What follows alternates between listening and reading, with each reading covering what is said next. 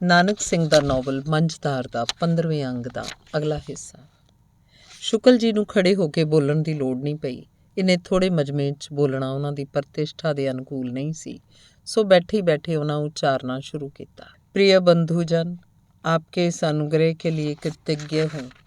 यथार्थ में इस उच्च आसन को सुशोभित करने के लिए किसी योग्य व्यक्ति की आवश्यकता थी, परंतु ਅਜੇ ਉਹ ਇੰਨਾ ਹੀ ਬੋਲੇ ਸੀ ਕਿ ਕਈ ਆਵਾਜ਼ਾਂ ਆਈਆਂ ਪੰਜਾਬੀ ਵਿੱਚ, ਨਾਲ ਹੀ ਕੁਝ ਹੋਰ ਆਵਾਜ਼ਾਂ ਸੁਣਾਈ ਦਿੱਤੀਆਂ, ਨਹੀਂ ਨਹੀਂ ਹਿੰਦੀ ਮੇਂ ਭਾਸ਼ਣ ਹੋਗਾ, ਹਿੰਦੀ ਮੇਂ। ਉਸ ਤੋਂ ਬਾਅਦ 15-20 ਮਿੰਟ ਇਹੋ ਪੰਜਾਬੀ ਹਿੰਦੀ ਦੀ ਮੱਛੀ ਵਿਕਦੀ ਰਹੀ, ਜਿਹਦਾ ਅੰਤਮ ਫੈਸਲਾ ਪੰਜਾਬੀ ਦੇ ਹੱਕ 'ਚ ਹੋਇਆ ਤੇ ਸ਼ੁਕਲ ਜੀ ਨੇ ਫਿਰ ਬੋਲਣਾ ਸ਼ੁਰੂ ਕੀਤਾ। ਮੇਰੇ ਕਹਿਣ ਦਾ ਮਤਲਬ ਇਹ ਕਿ ਮੈਂ ਤਾਂ ਦੇਸ਼ ਸੇਵਕਾਂ ਦੇ ਕੂਕਰਾਂ ਦਾ ਕੂਕਰ ਹਾਂ। ਮੇਰੇ ਲਈ ਇਹੋ ਬੜੇ ਸੁਭਾਗ ਦੀ ਗੱਲ ਹੈ ਕਿ ਆਪਣਾ ਇਹ ਤੁੱਛ ਜੀਵਨ ਮੈਂ ਭਾਰਤ ਮਾਤਾ ਦੀ ਸੇਵਾ 'ਚ ਗੁਜ਼ਾਰਿਆ। ਭਗਵਾਨ ਦੇ ਚਰਨਾਂ 'ਚ ਮੇਰੀ ਪ੍ਰਾਰਥਨਾ ਹੈ ਕਿ ਅੰਤਿਮ ਸਵਾਸਾਂ ਤੱਕ ਆਪਣੇ ਪਿਆਰੇ ਭਾਰਤ ਦੀ ਸੇਵਾ ਕਰਦਾ ਰਹਾਂ। ਪਰ ਇਹ ਵੇਖ ਕੇ ਮੈਨੂੰ ਅਤਿਅੰਤ ਦੁੱਖ ਹੁੰਦਾ ਹੈ ਕਿ ਸਾਡੇ ਕਾਂਗਰਸ ਸੇਵਕਾਂ ਵਿੱਚ ਠੋਸ ਕੰਮ ਤੇ ਸੱਚੀ ਦੇਸ਼ ਸੇਵਾ ਦਾ ਉਤਸ਼ਾਹ ਦਿਨੋਂ ਦਿਨ ਘਟਦਾ ਜਾ ਰਿਹਾ ਹੈ, ਜਿਹਾ ਕਿ ਅੱਜ ਦੀ ਹਾਜ਼ਰੀ ਤੋਂ ਪ੍ਰਗਟ ਹੈ। ਖੈਰ, ਇਸ ਬਾਰੇ ਮੈਂ ਆਪਣੇ ਖਿਆਲ ਮੀਟਿੰਗ ਦੇ ਅੰਤ 'ਚ ਪ੍ਰਗਟ ਕਰਾਂਗਾ। ਇਸ ਵੇਲੇ ਸ੍ਰੀ ਦੁਰਗਾ ਦਾਸ ਜੀ ਚੱਤਰ ਆਪ ਦੀ ਸੇਵਾ 'ਚ ਅੱਜ ਦੀ ਇਕੱਤਰਤਾ ਦਾ ਮਨੋਰਥ ਨਿਵੇਦਨ ਕਰਨਗੇ। ਪਹਿਲਾਂ ਵਰਗੀ ਤਾੜੀਆਂ ਦੀ ਥਪ ਵਿੱਚ ਚਤਰਥ ਜੀ ਨੇ ਆਪਣਾ ਲੰਮਾ ਤੇ ਬੇਰਸ ਜਿਹਾ ਭਾਸ਼ਣ ਆਰੰਭ ਕੀਤਾ, ਜਿਸ ਬਾਬਤ ਸਰੋਤਿਆਂ ਨੂੰ ਅਖੀਰ ਤੱਕ ਸਮਝ ਨਾ ਆ ਸਕੀ ਕਿ ਇਸ ਤਕਰੀਰ ਤੋਂ ਵਕਤੇ ਦਾ ਮਨੋਰਥ ਕੀ ਹੈ। ਸ਼ੁਰੂ 'ਚ ਚਤਰਥ ਜੀ ਨੇ ਭੱਦੇ ਜਿਹੇ ਢੰਗ ਨਾਲ ਕਾਂਗਰਸ ਹੁਕੂਮਤ ਦੀ ਸ਼ਲਾਘਾ ਸ਼ੁਰੂ ਕੀਤੀ। ਫਿਰ ਵੱਡੇ ਕੌਮੀ ਲੀਡਰਾਂ ਦੀ ਸਿਫਤ ਸਲਾਹ 'ਚ ਕੁਝ ਮਿੰਟ ਗੁਜ਼ਰੇ। ਉਸ ਤੋਂ ਬਾਅਦ ਦੇਸ਼ ਦੀ ਮੌਜੂਦਾ ਹਾਲਤ ਵਿੱਚ ਬਨਾਵਟੀ ਜਿਹਾ ਦੁੱਖ ਤੇ ਬਾਜ਼ਾਰੀ ਜਿਹੇ ਢੰਗ ਦਾ ਰੋਸ ਪ੍ਰਗਟ ਕਰਨ ਲੱਗੇ। ਇਸ ਤਰ੍ਹਾਂ ਦੀਆਂ ਵਿਕੋ ਲਿਤਰੀਆਂ ਵਿੱਚ ਆਪਣਾ ਵਕਤ ਖ਼ਤਮ ਕਰਕੇ ਜਦੋਂ ਬੈਠਣ ਲੱਗੇ, ਉਹਨਾਂ ਵੇਖਿਆ ਬਹੁਤ ਸਾਰੇ ਸਰੋਤੇ ਸੋਫਿਆਂ ਦੀਆਂ ਢੋਆਂ ਨਾਲ ਪਿੱਠਾਂ ਜੋੜੀ ਪੱਖੇ ਦੀ ਹਵਾ ਦਾ ਆਨੰਦ ਲੈਂਦੇ ਤੰਦਰਾ ਦਾ ਰਸ ਮਾਣ ਰਹੇ ਸਨ। ਕੁਝ ਜਿਹੜੇ ਜਾਗਦੇ ਸਨ ਉਹ ਮੂੰਹ ਅੱਗੇ ਹੱਥ ਰੱਖ ਕੇ ਉਬਾਸੀਆਂ ਲੈ ਰਹੇ ਸਨ। ਇਸ ਵੇਲੇ ਸਾਰਿਆਂ ਦੀ ਨਜ਼ਰ ਅੰਦਰ ਆਉਂਦੇ ਸਰਦਾਰ ਬੇਲਾ ਸਿੰਘ ਫਟਾਫਟ ਉੱਤੇ ਪਈ। ਉਹਨੂੰ ਵੇਖਦਿਆਂ ਹੀ ਸਾਰਿਆਂ ਦੇ ਦਿਲ ਖਿੜ ਗਏ। ਪ੍ਰੋਗਰਾਮ ਅਨੁਸਾਰ ਭਾਵੇਂ ਇਸ ਵੇਲੇ ਕਿਸੇ ਹੋਰ ਦੇ ਬੋਲਣ ਦੀ ਵਾਰੀ ਸੀ, ਪਰ ਸ਼ੁਕਲ ਜੀ ਨੇ ਮੌਕਾ ਸ਼ਨਾਸੀ ਤੋਂ ਕੰਮ ਲੈਂਦਿਆਂ ਹੋਇਆਂ ਸ਼੍ਰੀ ਫਟਾਫਟ ਨੂੰ ਫਰਮਾਇਸ਼ ਪਾਈ ਤਾਂ ਜੋ ਸਰੋਤਿਆਂ ਉੱਤੇ ਜਿਹੜੀ ਸਿਥਲਤਾ ਜੀ ਛਾਈ ਹੋਈ ਸੀ ਦੂਰ ਹੋ ਜਾਏ। ਫਟਾਫਟ 25 ਕੁ ਵਰ੍ਹਿਆਂ ਦਾ ਨੌਜਵਾਨ ਸਿੱਖ ਸੀ, ਬੜਾ ਫੁਰਤੀਲਾ ਤੇ ਤੇਜ਼ ਤਰਾਰ। ਆਪਣੇ ਸ਼ਹਿਰ 'ਚੋਂ ਕਵੀ ਕਰਕੇ ਮਸ਼ਹੂਰ ਸੀ। ਸੁਰੀਲੀ ਆਵਾਜ਼ 'ਚ ਉਹਨੇ ਇੱਕ ਕਵਿਤਾ ਸੁਣਾਉਣੀ ਸ਼ੁਰੂ ਕੀਤੀ, ਜਿਹਦਾ ਸਿਰਲੇਖ ਸੀ ਸ਼ਰਨਾਰਥੀ। ਕਵਿਤਾ ਪੁਰ ਅਸਰ ਤੇ ਰਿਫਿਊਜ਼ੀਆਂ ਦੇ ਦੁੱਖਾਂ ਦਰਦਾਂ ਦਾ ਦਿਲ ਵਿੰਨਵੀਂ ਦਾਸਤਾਨ ਸੀ, ਜਿਹਨੂੰ ਸੁਣ ਕੇ ਸਭਨਾਂ ਦੇ ਦਿਲ ਛਲਕ ਪਏ। ਉਂਗਣ ਤੇ ਉਬਾਸੀਆਂ ਲੈਣ ਵਾਲਿਆਂ ਨੂੰ ਵੀ ਕਵੀ ਦੇ ਜਜ਼ਬਾਤੀ ਸ਼ਬਦਾਂ ਨੇ ਚੇਤੰਨ ਕਰ ਦਿੱਤਾ ਤੇ ਥੋੜ੍ਹਾ ਜਿਹਾ ਇਕੱਠ, ਜਿਹੜਾ ਹੁਣ ਤਾਂ ਪਹਿਲਾਂ ਬੇਜਾਨ ਦਿਸਦਾ ਸੀ, ਗਰਮਾਇਸ਼ ਦੇ ਰੰਗ 'ਚ ਦਿਖਾਈ ਦੇਣ ਲੱਗਾ। ਫਟਾਫਟ ਸਾਹਿਬ ਕਾਂਗਰਸ ਦੀ ਸਟੇਜ 'ਤੇ ਅਕਸਰ ਬੋਲਿਆ ਕਰਦੇ ਸਨ, ਪਰ ਪਿੱਛੇ ਜੇ ਜਦ ਆਪ ਚੋਰ ਬਾਜ਼ਾਰੀ ਦੇ ਦੋਸ਼ 'ਚ ਫੜੇ ਗਏ ਤਾਂ ਉਹਨਾਂ ਦੀ ਗੈਰ ਮੌਜੂਦਗੀ ਨੂੰ ਕਾਫੀ ਮਹਿਸੂਸ ਕੀਤਾ ਜਾਂਦਾ ਰਿਹਾ ਸੀ। ਜਦੋਂ ਵੀ ਕੋਈ ਇਹੋ ਜਿਹਾ ਸਮਾਗਮ ਹੁੰਦਾ, ਜਨਤਾ ਅਕਸਰ ਉਹਨਾਂ ਨੂੰ ਯਾਦ ਕੀਤਾ ਕਰਦੀ ਸੀ। ਮੁਕੱਦਮਾ ਸੱਚਾ ਸੀ ਕਿ ਝੂਠਾ, ਇਹ ਤਾਂ ਸ਼੍ਰੀ ਫਟਾਫਟ ਹੀ ਜਾਣਦੇ ਹੋਣਗੇ, ਪਰ ਇਸ 'ਚ ਕੋਈ ਸ਼ੱਕ ਨਹੀਂ ਕਿ ਸ਼ਹਿਰ ਦੇ ਪੱਕੇ ਕਾਂਗਰਸੀਆਂ ਨੇ ਉਹਦੀ ਮਦਦ ਕੀਤੀ, ਜਿਹਦਾ ਫਲ ਰੂਪ ਉਹ 1.5 ਮਹੀਨਾ ਹਵਾਲਾਤ 'ਚ ਰਹਿਣ ਤੋਂ ਬਾਅਦ ਬਾਇੱਜ਼ਤ ਤੌਰ 'ਤੇ ਬਰੀ ਹੋ ਕੇ ਕੱਲ੍ਹ ਪਰਸੋਂ ਹੀ ਬਾਹਰ ਆਏ ਸਨ। ਕਵਿਤਾ ਕਾਫੀ ਲੰਮੀ ਸੀ, ਜਿਹਨੇ 10-15 ਮਿੰਟ ਚੰਗਾ ਦਿਲ ਪਰਚਾਵਾ ਬਣਾਈ ਰੱਖਿਆ। ਇਹ ਤੋਂ ਬਾਅਦ ਸ਼ੁਕਲ ਜੀ ਨੇ ਆਪਣੀ ਤਕਰੀਰ ਸ਼ੁਰੂ ਕੀਤੀ। ਇਹਨਾਂ ਦੀ ਤਕਰੀਰ ਵਧੇਰੇ ਆਪਣੇ ਅਖਬਾਰਾਂ ਦੀ ਫਾਈਲ ਦੇ ਆਧਾਰ 'ਤੇ ਹੀ ਨਿਰਭਰ ਸੀ, ਜਿਹੜੀ ਇਸ ਵੇਲੇ ਉਹਨਾਂ ਨੇ ਆਪਣੇ ਅੱਗੇ ਮੇਜ਼ 'ਤੇ ਫੈਲਾਈ ਹੋਈ ਸੀ। ਉਹਨਾਂ ਪਹਿਲਾਂ ਪੰਜਾਬ ਦੇ ਕੁਝ ਕਾਂਗਰਸੀਆਂ, ਜਿਨ੍ਹਾਂ ਨਾਲ ਉਹਨਾਂ ਦਾ ਜਾਂ ਉਹਨਾਂ ਦੀ ਪਾਰਟੀ ਦਾ ਮਤਭੇਦ ਸੀ, ਦੀਆਂ ਕਰਤੂਤਾਂ ਦੇ ਬਖੀਏ ਉਧੇੜਨੇ ਸ਼ੁਰੂ ਕੀਤੇ। ਨਾਲੋਂ ਨਾਲ ਆਪਣੇ ਕਟਿੰਗ ਪੜ੍ਹ ਕੇ ਸੁਣਾਈ ਗਏ। ਫਿਰ ਫਿਰਕਾ ਪ੍ਰਸਤੀ, ਵੱਢੀ ਖੋਰੀ, ਹੋਰ ਕਈ ਤਰ੍ਹਾਂ ਦੀਆਂ ਬਦਦਿਆਂਤੀਆਂ ਦੀ ਇੱਕ ਲੰਮੀ ਲੜੀ ਸ਼ੁਰੂ ਕਰਦੇ ਹੋਏ ਨਾਲੋਂ ਨਾਲ ਅਖਬਾਰ ਦੇ ਕਟਿੰਗ ਪੜ੍ਹੀ ਗਏ। ਦੱਸਦੇ ਗਏ ਕਿ ਉਹਨਾਂ ਨੇ ਆਪਣੇ ਦੇਸ਼ ਨੂੰ ਹਰ ਸਮੇਂ ਹਰ ਖਤਰੇ ਤੋਂ ਕਿਵੇਂ ਖਬਰਦਾਰ ਕੀਤਾ। ਫਿਰ ਉਹਨਾਂ ਦੀ ਤਕਰੀਰ ਦਾ ਰੁਖ ਇਸ ਪਾਸੇ ਹੋ ਤੁਰਿਆ ਕਿ ਕਾਂਗਰਸ ਦਾ ਵਕਾਰ ਜੇ ਦਿਨੋਂ ਦਿਨ ਘਟਦਾ ਜਾ ਰਿਹਾ, ਇਹਦੀ ਸਾਰੀ ਜ਼ਿੰਮੇਵਾਰੀ ਵਿਰੋਧੀ ਪਾਰਟੀ ਦੇ ਉਹਦੇ ਕਾਰਕੁਨਾਂ ਦੇ ਸਿਰ ਹੈ, ਜਿਨ੍ਹਾਂ ਬਾਰੇ ਆਪਣੇ ਛਾਪੇ ਹੋਏ 2-3 ਪੂਰੇ ਮਜ਼ਮੂਨ ਉਹਨਾਂ ਨੇ ਪੜ੍ਹ ਸੁਣਾਏ। ਫਟਾਫਟ ਨੇ ਸਰੋਤਿਆਂ 'ਚ ਜਿਹੜੀ ਥੋੜ੍ਹੀ ਬਹੁਤੀ ਚੇਤਨਤਾ ਲਿਆਂਦੀ ਸੀ, ਉਹ ਫਿਰ ਲੋਪ ਹੋਣ ਲੱਗੀ। ਸਰੋਤਿਆਂ ਨੂੰ ਫਿਰ ਉਬਾਸੀਆਂ ਤੇ ਉਂਘਾਂ ਦਾ ਦੌਰਾ ਪੈਣਾ ਸ਼ੁਰੂ ਹੋ ਗਿਆ। ਪਰ ਸ਼ੁਕਲ ਜੀ ਇਸ ਗੱਲ ਵੱਲੋਂ ਬੇਨਿਆਜ਼ ਸਨ। ਉਹਨਾਂ ਦਾ ਸਾਰਾ ਧਿਆਨ ਆਪਣੀਆਂ ਫਾਈਲਾਂ ਵੱਲ ਸੀ। ਤਕਰੀਰ ਨੂੰ ਜਾਰੀ ਰੱਖਦਿਆਂ ਹੋਇਆਂ ਸ਼ੁਕਲ ਜੀ ਨੇ ਇਹਨਾਂ ਸਾਰਿਆਂ ਰੋਗਾਂ ਦਾ ਇਲਾਜ ਦੱਸਣਾ ਆਰੰਭਿਆ। ਇਹ ਇਲਾਜ ਸੀ ਨਿਸ਼ਕਾਮ, ਅਣਥੱਕ ਤੇ ਕੁਰਬਾਨੀ ਵਾਲੇ ਨੌਜਵਾਨ ਅਮਲ ਦੇ ਮੈਦਾਨ 'ਚ ਆਉਣ। ਨਾਲੋਂ ਨਾਲ ਇਸ ਗੱਲ 'ਤੇ ਵੀ ਜ਼ੋਰ ਦਿੰਦੇ ਗਏ ਕਿ ਵਿਰੋਧੀ ਪਾਰਟੀ ਜਿਹਨੇ ਆਪਣੇ ਨਾਂ ਨਾਲ ਕਾਂਗਰਸ ਕਮੇਟੀ ਦੇ ਲਫ਼ਜ਼ ਲਾ ਕੇ ਇਹਨਾਂ ਪਵਿੱਤਰ ਸ਼ਬਦਾਂ ਨੂੰ ਕਲੰਕਿਤ ਕਰ ਰੱਖਿਆ, ਜਦ ਤੱਕ ਖਤਮ ਨਹੀਂ ਕਰ ਦਿੱਤਾ ਜਾਂਦਾ ਤਦ ਤੱਕ ਦੇਸ਼ ਦਾ ਕਲਿਆਣ ਹਰਗਿਜ਼ ਨਹੀਂ ਹੋ ਸਕਦਾ। ਫਿਰ ਇਹਨਾਂ ਆਪਣੇ ਗਰੁੱਪ ਦੇ ਸੁਨਹਿਰੀ ਕਾਰਨਾਮਿਆਂ 'ਤੇ ਰੌਸ਼ਨੀ ਪਾਉਣੀ ਸ਼ੁਰੂ ਕੀਤੀ। ਅਖੀਰ ਇਸ ਪਾਰਟੀ ਦੇ ਮੋਢਿਆਂ ਦੀ ਸਿਫਤ ਸਲਾਹ ਕਰਦੇ ਹੋਏ ਇਸ ਟਿਕਾਣੇ 'ਤੇ ਆ ਪਹੁੰਚੇ। ਮਿਸਾਲ ਦੇ ਤੌਰ 'ਤੇ ਮੈਂ ਤੁਹਾਨੂੰ ਦੱਸਣਾ ਚਾਹੁੰਦਾ ਕਿ ਸਾਡੇ ਸ਼ਹਿਰ ਦੇ ਸਰਫਰੋਸ਼ ਤੇ ਦੁਖੀਆਂ ਦੇ ਸੱਚੇ ਦਰਦੀ ਸ਼੍ਰੀ ਡਾਕਟਰ ਆਨੰਦ ਜੀ, ਜਿਹੜੇ ਕਿਸੇ ਕਾਰਨ ਕਰਕੇ ਇਸ ਵੇਲੇ ਤੁਹਾਡੇ 'ਚ ਮੌਜੂਦ ਨਹੀਂ, ਉਹਨਾਂ ਬਾਰੇ ਮੈਨੂੰ ਕੁਝ ਦੱਸਣ ਦੀ ਲੋੜ ਨਹੀਂ, ਕਿਉਂਕਿ ਹਰ ਇੱਕ ਆਦਮੀ ਉਹਨਾਂ ਦੇ ਨਾਮ ਤੋਂ ਵਾਕਫ ਹੈ। ਮੈਂ ਕੇਵਲ ਐਡੀਟੋਰੀਅਲ ਦਾ ਥੋੜ੍ਹਾ ਜਿਹਾ ਹਿੱਸਾ ਆਪ ਨੂੰ ਸੁਣਾਵਾਂਗਾ, ਜਿਹੜਾ ਡਾਕਟਰ ਸਾਹਿਬ ਦੀ ਜੀਵਨੀ ਉੱਤੇ ਰੌਸ਼ਨੀ ਪਾਉਂਦਾ ਹੈ।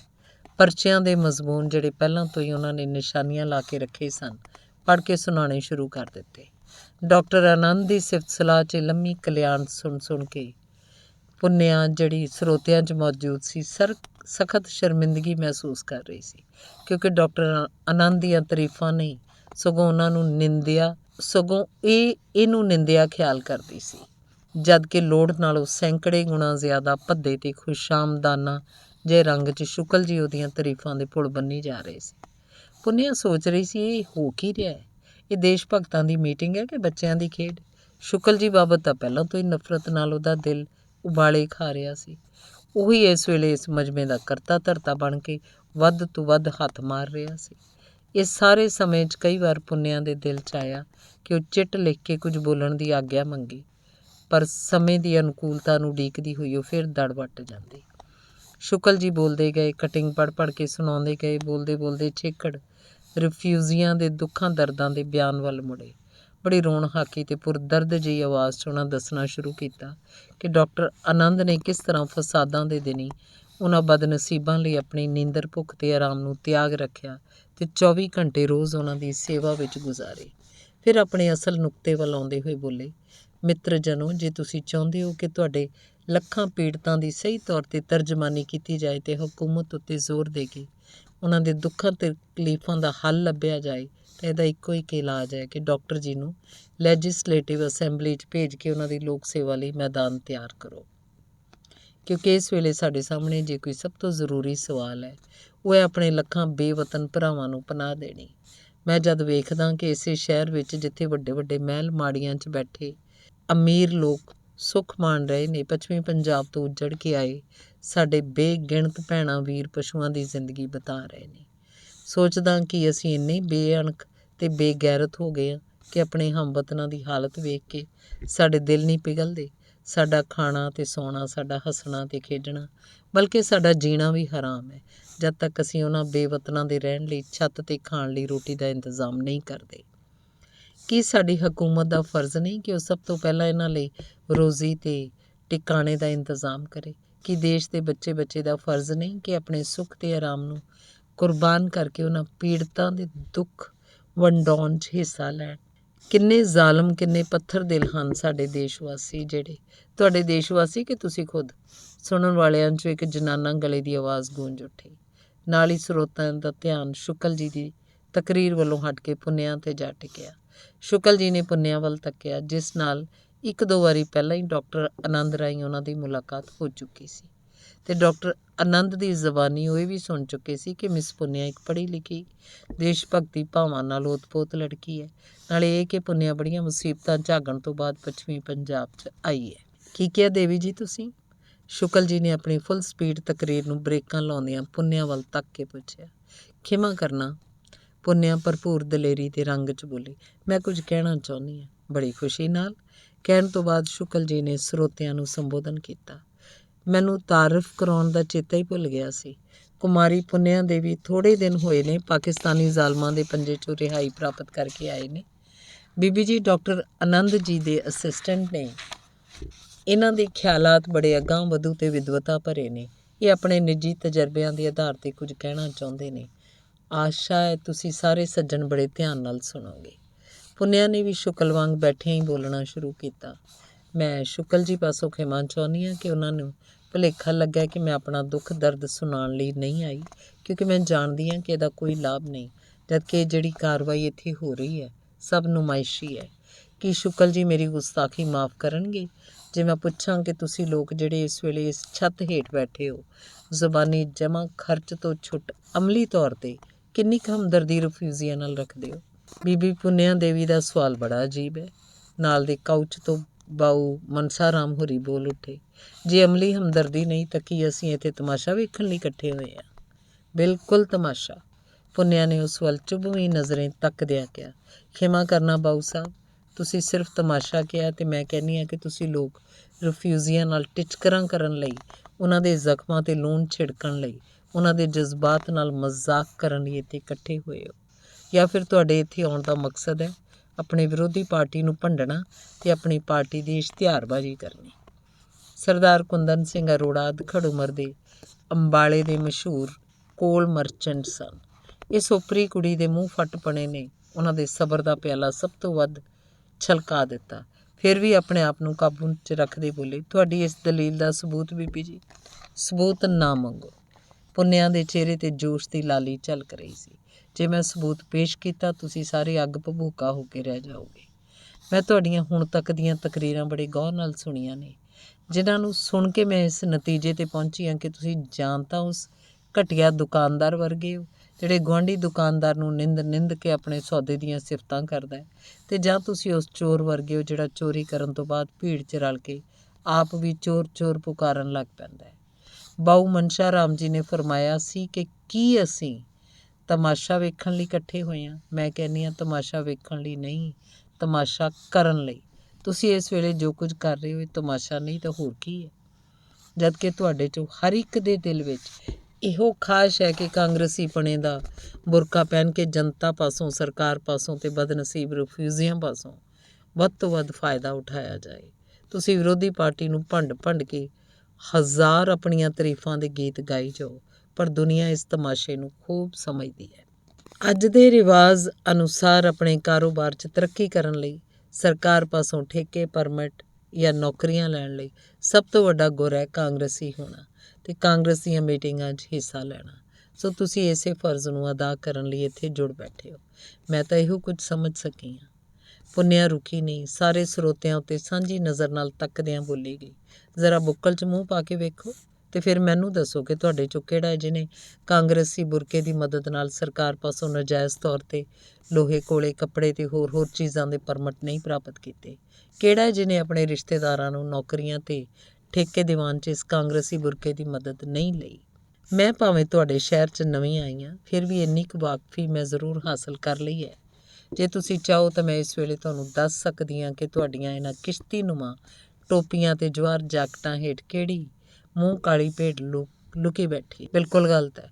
ਅਫਸੋਸ ਕਿ ਇੱਕ ਲੜਕੀ ਹੈ। ਜੇ ਕੋਈ ਮਰਦ ਸਾਡੀ ਇਹੋ ਜਿਹੀ ਹੱਤਕ ਕਰਦਾ ਤਾਂ ਮੈਂ ਬੀਬੀ ਜੀ ਪਾਸੋਂ ਜ਼ੋਰਦਾਰ ਲਫ਼ਜ਼ਾਂ 'ਚ ਮੰਗ ਕਰਦਾ ਕਿ ਉਹ ਨਾਂ ਲੈ ਕੇ ਦੱਸਣ ਜੇ ਕਿਸੇ ਬਾਬਤ ਕੁਝ ਜਾਣਦੇ ਨੇ। ਇਸ ਤਰ੍ਹਾਂ ਦੀ ਹੱਤਕ ਹਰਗਿਜ਼ ਬਰਦਾਸ਼ਤ ਨਹੀਂ ਕੀਤੀ ਜਾ ਸਕਦੀ। ਇਹੋ ਜਿਹੀਆਂ ਕਿੰਨੀਆਂ ਰਲੀਆਂ ਮਿਲੀਆਂ ਆਵਾਜ਼ਾਂ ਹਾਲ 'ਚ ਗੂੰਜ ਉੱਠੀਆਂ, ਜਿਨ੍ਹਾਂ ਦੇ ਅਸਰ ਨਾਲ ਇੱਕ ਵਾਰੀ ਤਾਂ ਪੁੰਨਿਆ ਕੁਝ ਚਕਰਾਈ, ਝੱਟ ਹੀ ਸੰਭਲ ਗਈ। ਉਸ ਉੱਤੇ ਜਿਵੇਂ ਕੋਈ ਉਨਮਾਦ ਸਵਾਰ ਹੋ ਗਿਆ। ਉਹ ਬਿਨਾਂ ਇਸ ਗੱਲ ਦੀ ਪਰਵਾਹ ਕੀਤਿਆਂ ਕਿ ਸਰੋਤੇ ਉਸ ਬਾਬਤ ਕੀ ਸੋਚ ਰਹੇ ਅਤੇ ਕੀ ਕਹਿ ਰਹੇ ਨੇ, ਉਸੇ ਤੇਜ਼ੀ ਨਾਲ ਬੋਲਦੀ ਗਈ, ਜ਼ਰਾ ਠਹਿਰੋ, ਰੌਲਾ ਬੰਦ ਕਰੋ ਅਤੇ ਮੇਰੀਆਂ ਥੋੜ੍ਹੀਆਂ ਜਿਹੀਆਂ ਗੱਲਾਂ ਹੋਰ ਸੁਣ ਲਓ। ਫਿਰ ਜੇ ਮੈਂ ਤੁਹਾਡੀਆਂ ਨਜ਼ਰਾਂ 'ਚ ਕਸੂਰਵਾਰ ਸਾਬਤ ਹੋਈ, ਹੁਣੇ ਇਸੇ ਵੇਲੇ ਬੇਸ਼ੱਕ ਮੇਰੇ ਗਲ 'ਚ ਰੱਸੀ ਪਾ ਲੈਣੀ। ਜ਼ਰਾ ਕੁ ਰੁਕ ਕੇ ਬੋਲੀ, ਮੈਨੂੰ ਯਾਦ ਨਹੀਂ ਰਿਹਾ ਕੀ ਬੋਲ ਰਹੀ ਸਾਂ, ਕਿਉਂਕਿ ਮੈਂ ਤੁਹਾਡੇ 'ਚੋਂ ਕਈਆਂ ਵਾਂਗ ਆਪਣਾ ਬੋਲਣ ਵਾਲਾ ਮਜ਼ਬੂਨ ਘਰੋਂ ਯਾਦ ਕਰਕੇ ਨਹੀਂ ਸੀ ਲਿਆਈ। ਹਾਂ, ਆ ਗਿਆ ਚੇਤਾ। ਕਹਿ ਰਹੀ ਸਾਂ ਕਿ ਜੇ ਤੁਸੀਂ ਇਜਾਜ਼ਤ ਦਿਓ ਤਾਂ ਤੁਹਾਡੇ 'ਚੋਂ ਹੀ ਕੁਝ ਮੂੰਹ ਕਾਲੀਆਂ ਭੇਡਾਂ ਕੱਢ ਕੇ ਦਿਖਾ ਸਕਦੀ ਹਾਂ। ਦੱਸੋ, ਕੀ ਤੁਹਾਡੀ ਇਹੋ ਖਾਹਿਸ਼ ਹੈ? ਬੇਸ਼ੱਕ ਕਈ ਆਵਾਜ਼ਾਂ ਆਈਆਂ। ਸਭ ਤੋਂ ਬਹੁਤੇ ਜੋਸ਼ ਵਿੱਚ ਸ਼ੁਕਲ ਜੀ ਨੇ ਲਲਕਾਰਿਆ, ਅਵਲ ਤਾਂ ਮੇਰਾ ਵਿਸ਼ਵਾਸ ਹੈ ਕਿ ਮੇਰੇ ਗਰੀਬ ਖਾਨੇ 'ਚ ਪਧਾਰਨ ਵਾਲੇ ਇਹ ਸਾਰੇ ਸੱਜਣ ਬੜੇ ਉੱਚੇ ਅਖਲਾਕ ਦੇ ਮਾਲਕ ਨੇ। ਪੁੰਨਿਆ ਵੱਲ ਤੱਕ ਕੇ, ਬੀਬੀ ਤੁਹਾਨੂੰ ਜੇ ਕਿਸੇ ਬਾਬਤ ਕੋਈ ਸ਼ਿਕਾਇਤ ਹੈ ਤਾਂ ਬਿਨਾਂ ਝਿਜਕ ਬਿਆਨ ਕਰੋ। ਸਭ ਤੋਂ ਪਹਿਲਾ ਆਦਮੀ ਮੈਂ ਹੋਵਾਂਗਾ ਜਿਹੜਾ ਤੁਹਾਡੇ ਪੱਖ 'ਚ ਹੋਵਾਂਗਾ। ਪੁੰਨਿਆ ਬੋਲੀ, ਖਿਮਾ ਕਰਨਾ ਸ਼ੁਕਲ ਜੀ, ਤੁਸੀਂ ਮੇਰੇ ਬਜ਼ੁਰਗ ਹੋ। ਮੈਂ ਸੁਭਾਵਕ ਬਾ-ਅਦਬ ਤਬੀਅਤ ਦੀ ਹਾਂ। ਕਿਸੇ ਦੀ ਹੱਤਕ ਕਰਨਾ ਮੈਨੂੰ ਪਸੰਦ ਨਹੀਂ।